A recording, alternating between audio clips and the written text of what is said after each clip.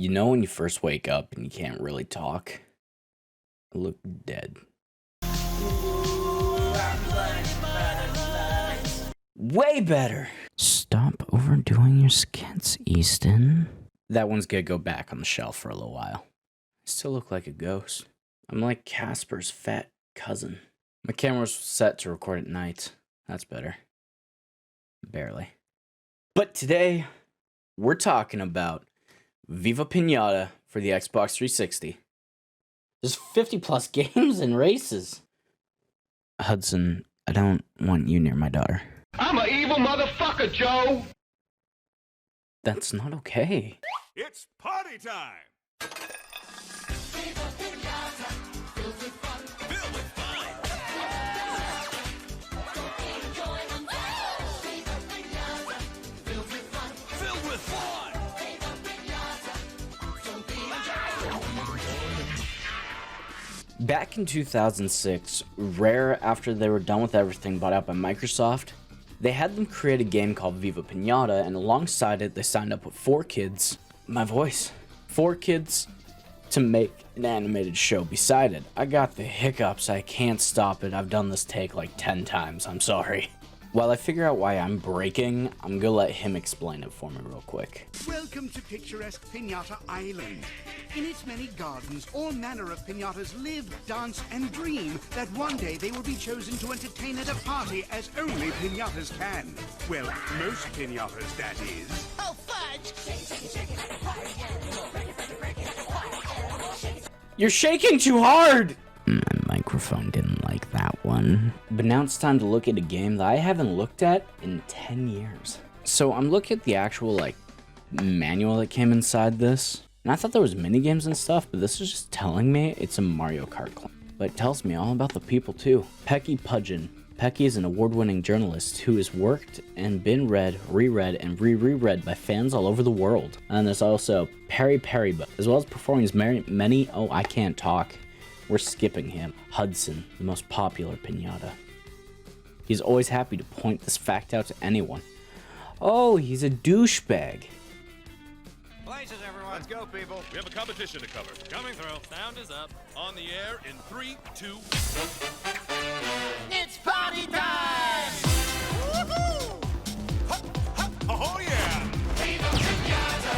Viva, viva, pinata, yada, yada! There's a place where everything's sweet. Step on the candy, ask the team, meet only candy-filled creatures. We just found the Meisters mascot.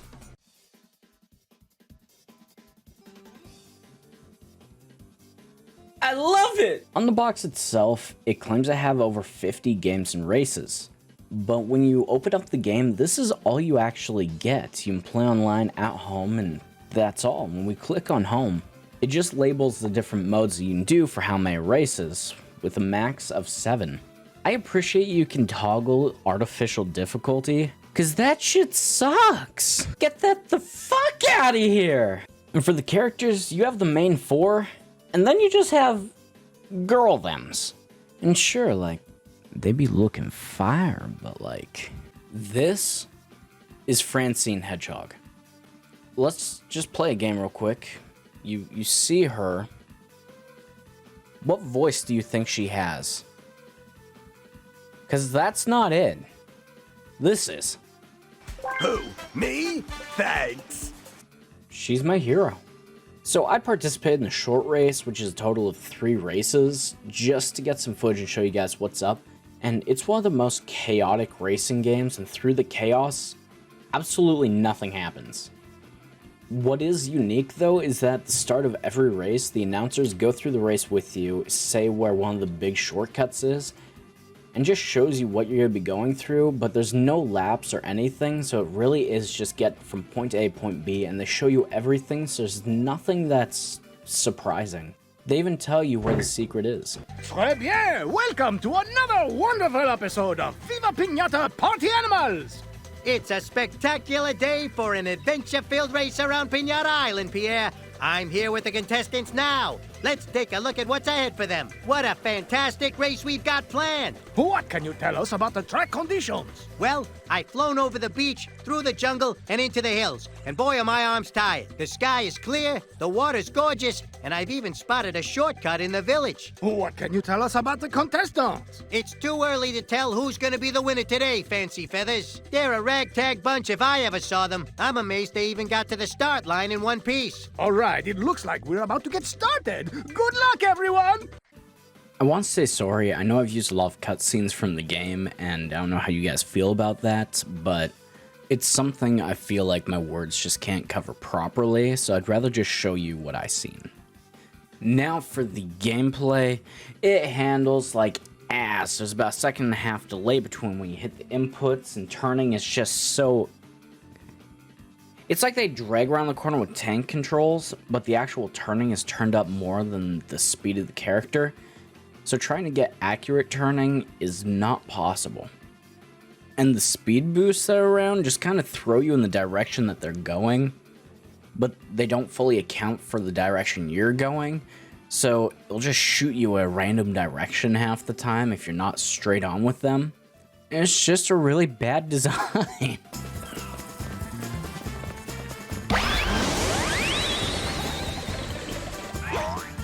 And the next thing is right up here on the race. I go in through the water, and there's no water physics. Nothing actually happens. There's no punishment for going into the water. You just go.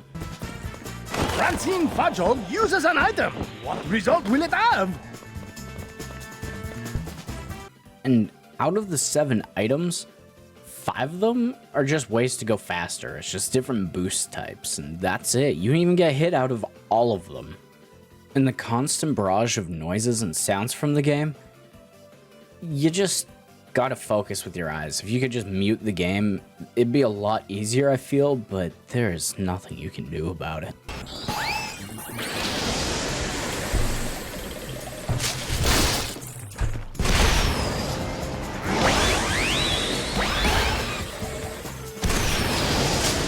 What the fuck is going on? Ooh la la, you are number 1! Straight to the top of the charts. I don't think I want that anymore. So what they meant by 50 plus games and more on the case in the game is that in between every race, they have a really bad minigame that actually affects your score. And if you do good in those, it doesn't matter if you get last place in the races. I got first place, and the person in last place actually beat me on the leaderboard after this minigame. So the races don't actually make a big difference. You can only access them by doing the races.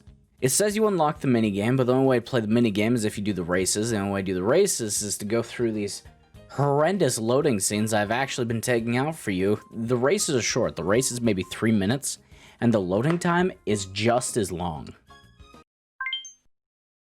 Let's get ready to party! Watch out for the sour candies. Keep going.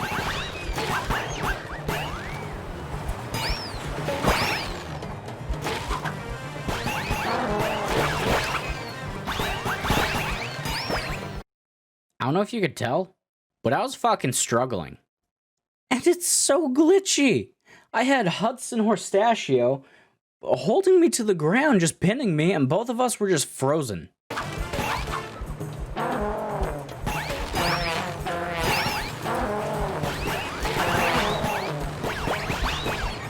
And again with the shitty sound effects.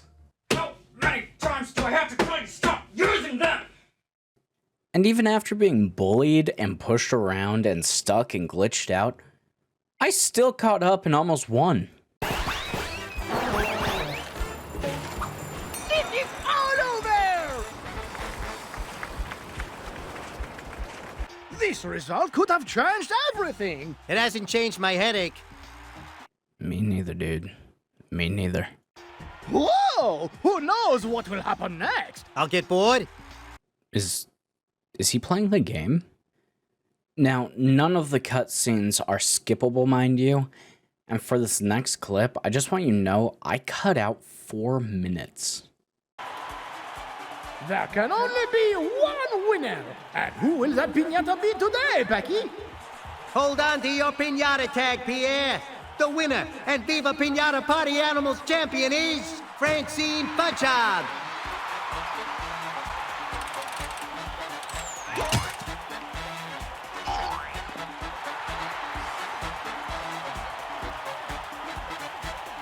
Wait, what the fuck, what the fuck, man?